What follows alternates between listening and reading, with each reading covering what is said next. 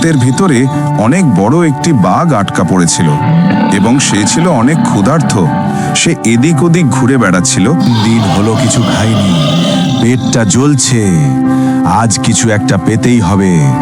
আমার সামনে যাকে পাবো আমি তাকেই খাবো। আজ কিছু কাঠ জোগাড় করতে পারলে বাজারে বেচবো।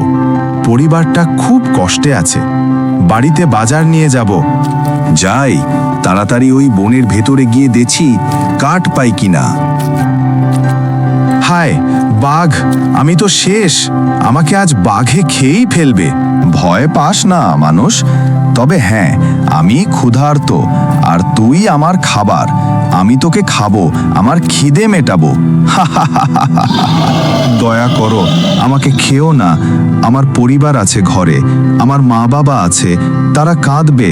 তুমি যদি আমাকে খাও আমি একাই শেষ হয়ে যাব। কিন্তু যদি আমি তোমাকে এক খেলা দেখাই তাহলে তুমি ভবিষ্যতে আরো বেশি খাবার পাবে। খেলা? সেটা আবার কি? বলো শুনি, আমি জানতে চাই। এই গাছকে জিজ্ঞেস করি। চল চল গাছ ভাই, তুমি বিচার করো। আমি কত বছর ধরে দাঁড়িয়ে আছি। মানুষ আমার ডাল ভেঙে নেয়, ফল নেয়, ছায়া নেয়, তবুও কেটে ফেলে। মানুষ স্বার্থপর। বাঘ, তুমি খেয়ে ফেলো। শুনলে তো, আমি তোমাকে খাবো। না না, আরেকজনকে জিজ্ঞেস করি। চলো চলো একটু সামনে যাই, ওই গরুকে জিজ্ঞেস করি।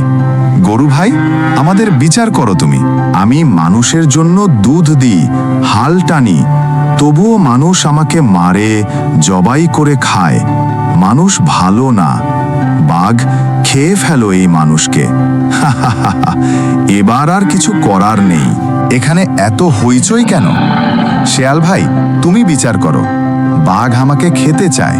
আমি পুরোটা বুঝতে পারিনি, আবার গোড়া থেকে দেখাও তো। বাঘ, তুমি কোথায় ছিলে? ওই গুহার ভেতরে বন্ধ ছিলাম। আচ্ছা, তুমি আবার ভেতরে ঢুকে দেখাও। এইভাবে।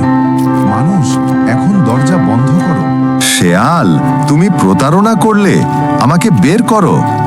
ধন্যবাদ শেয়াল ভাই, তোমার বুদ্ধি না থাকলে আমি আজ বাঁচতাম না। ওই শয়তান বাঘ আমাকে খেয়ে ফেলতো। ধন্যবাদ শেয়াল ভাই তোমাকে। আমার প্রিয় ভাই ও বোনেরা, তোমরা আমার এই ছোট্ট চ্যানেলটাকে একটি লাইক করে দিও ও একটি শেয়ার করে দিও, যাতে তোমাদের বন্ধুরাও দেখতে পারে। এরকম আরও মজার মজার ভিডিও পেতে এখনই কমেন্ট করো। ধন্যবাদ সবাইকে। Tata, by.